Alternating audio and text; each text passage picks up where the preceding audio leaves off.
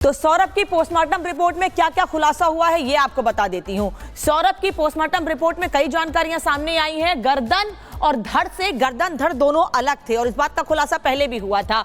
दोनों हाथ कलाई भी अलग कर दिए गए थे क्योंकि ड्रम में उसके शव को काट कर डाला गया था। सीने पर 3 गहरे जख्म, चेहरा पूरी तरह से सूजा हुआ था। गले पर फंदे का निशान था, यानी कि फंदे से गला दबाकर भी हत्या की गई है। पहले चाकू घोंपी गई और उसके बाद गले को दबाकर किसी चीज से, किसी रस्सी से गले को दबाया गया, जिसका फंदे के निशान भी दिख रहे हैं, जिससे कि यह सुनिश्चित हो जाए कि सौरभ बच ना सके। गहरी चोट, खून बहने से मौत की जानकारी मिल रही है और सड़ी गली हालत में उसका शव मिला है क्योंकि उसके शव को काटकर उस प्लास्टिक के ड्रम में डाला गया और उसके बाद उसको सीमेंट से पूरी तरह से भर दिया गया था। यही वजह है कि शव सड़ी गली हालत में मिला है।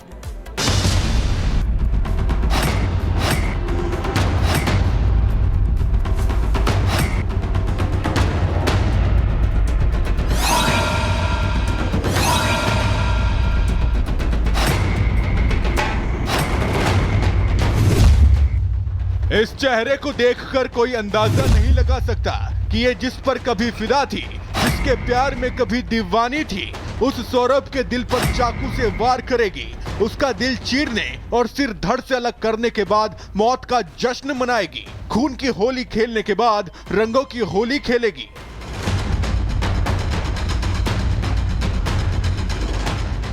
साहिल और उसकी कातिल मुस्कान ने सौरभ राजपूत के साथ किस कदर दरिंदगी की, कैसे सौरभ को न सिर्फ मौत की नींद सुलाया बल्कि मृत शरीर के साथ क्रूरता की इंतहा पार कर दी। सौरभ राजपूत की पोस्टमार्टम रिपोर्ट आ गई है जो चीख चीख कर उसके साथ हुई दरिंदगी की कहानी सुना रही है, बयां कर रही है दास्तान मुस्कान और साहिल के सनक की। रिपोर्ट के मुताबिक सौरभ की हत्या 2 से 3 हफ्ते पहले ही की जा चुकी थी। पोस्टमार्टम रिपोर्ट में मौत का कारण हत्या से पहले मारपीट, खून का बहाव बताया गया है। हत्या के बाद शरीर कैसा था, उस पर क्या क्या निशान मिले हैं, उसकी जानकारी रिपोर्ट में लिखी है, जिसमें बताया गया है कि जब सौरभ की बॉडी मिली तब तक वो सड़ चुकी थी और शरीर पर 5 चोट के निशान थे।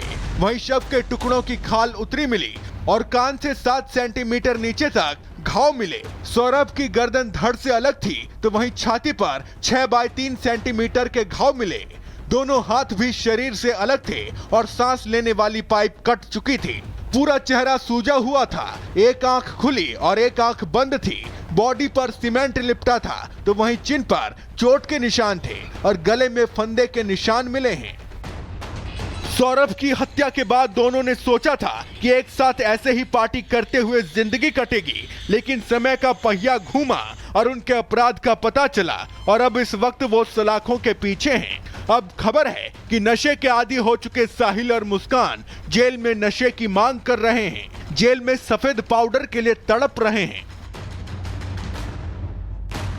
यहाँ पर नशा मुक्ति केंद्र है, उसके माध्यम से उसका उपचार किया जा रहा है और जो नशे के विड्रॉल सिम्टम आते हैं उन दोनों को सिम्टम थे तो चिकित्सक के द्वारा उनको दवाई दिलवाई जा रही है। 10 से 15 दिन में नशे की आदत छूट जाए। और हमारे यहाँ जो नशा मुक्ति केंद्र है उसमें योग, ध्यान, मेडिटेशन आदि प्रक्रियाएं होती हैं, फिजिकल एक्टिविटीज होती हैं, उसमें शामिल करके नशा से बिल्कुल दूर कर।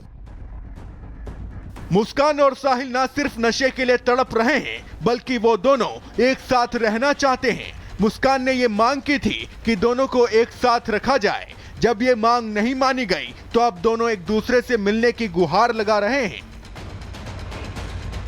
कि जेल के अंदर बंदियों के आपस में इनकी मुलाकात नहीं हो सकती क्योंकि जेल के अंदर उन्हीं बंदियों की मुलाकात हो सकती है जो रक्त से संबंधित हैं, जैसे माँ बेटी, माता पिता आपस में, पति पत्नी, इस तरह की तो मुलाकात नहीं हो सकती। वो जेल मैनुअल के उस प्रावधान में नहीं आते हैं कि इनकी मुलाकात हो, इसलिए इनकी मुलाकात आपस में नहीं हो सकती।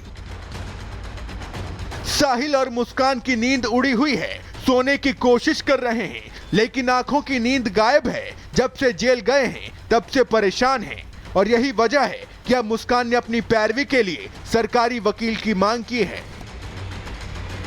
कि मेरे घर वाले केस नहीं लड़ेंगे, मुझे जो है सरकारी वकील दिया जाए। इसकी प्रक्रिया ये होती है, जो भी बंदी कारागार में निजी अधिवक्ता नहीं रख सकता है सरकार की तरफ से उसको सरकारी वकील दिया जाता है, तो उसका प्रार्थना पत्र हम माननीय न्यायालय को अनुशंसा के साथ भेज रहे हैं और उसकी ये कार्रवाई शुरू हो जाएगी, उसको निजी अधिवक्ता मिल जाएगा।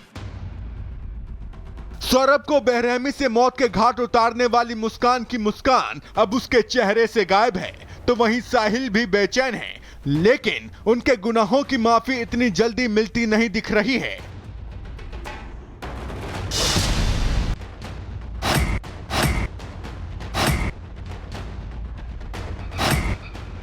Bureau report, Republic Bharat.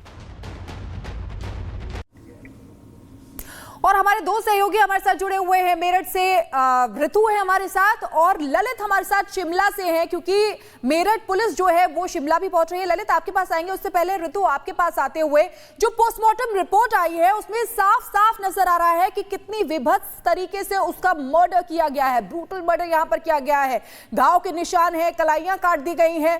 Postmortem report ने सबको हैरान कर दिया है।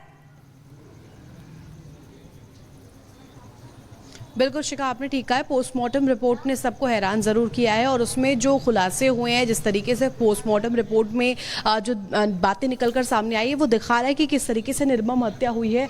और इस वक्त आपको तस्वीरें दिखा दूँ, यहाँ पर जो साहिल का घर है इसे भी ख़ास तौर पर, क्योंकि सबसे बड़ा एविडेंस का ये कहीं ना कहीं स्टोर है और यहाँ पर एविडेंस बहुत सारे हैं, जिस लिहाज से जो पुलिस है लगातार मॉनिटर कर रही है। आपको मेरे पीछे भी तस्वीर नज़र आ रही होगी, एक इस तरफ आप तस्वीर दिखाइए, यहाँ पर भी पुलिस और उस तरफ भी मैं चाहती हूँ दिखाइए आप, उस तरफ भी पुलिस लगातार मॉनिटर कर रही है कि किस तरीके से यहाँ पर जो एविडेंस है उनके साथ कोई छेड़छाड़ ना हो। दोनों ही स्पॉट्स पर पुलिस मुहैया करवा दी गई है। पुलिस यहाँ पर लगातार 24/7 यहाँ पर नज़र रख रही है, ताकि ये जो घर है, क्योंकि इसमें कई वो प्रमाण हैं जिसमें क्या कहीं ना कहीं जो साहिल है किस तरीके से वो आया, मनाली गया, मनाली से वापस आने के बाद सामान भी उसने रखा होगा, वो तमाम एविडेंस यहाँ पर छिपे हुए हैं। दीवार की तस्वीरें हम लगातार दिखा ही रहे हैं। इसके साथ साथ अब क्योंकि जानकारी मिल रही है कि सीन रिक्रिएशन भी किया जाएगा, जो हत्याकांड हुआ उसको लेकर के सीन रिक्रिएट करने की कोशिश जो है मेरठ पुलिस कर सकती है, इसको लेकर के अर्जी भी बाकायदा दी गई है।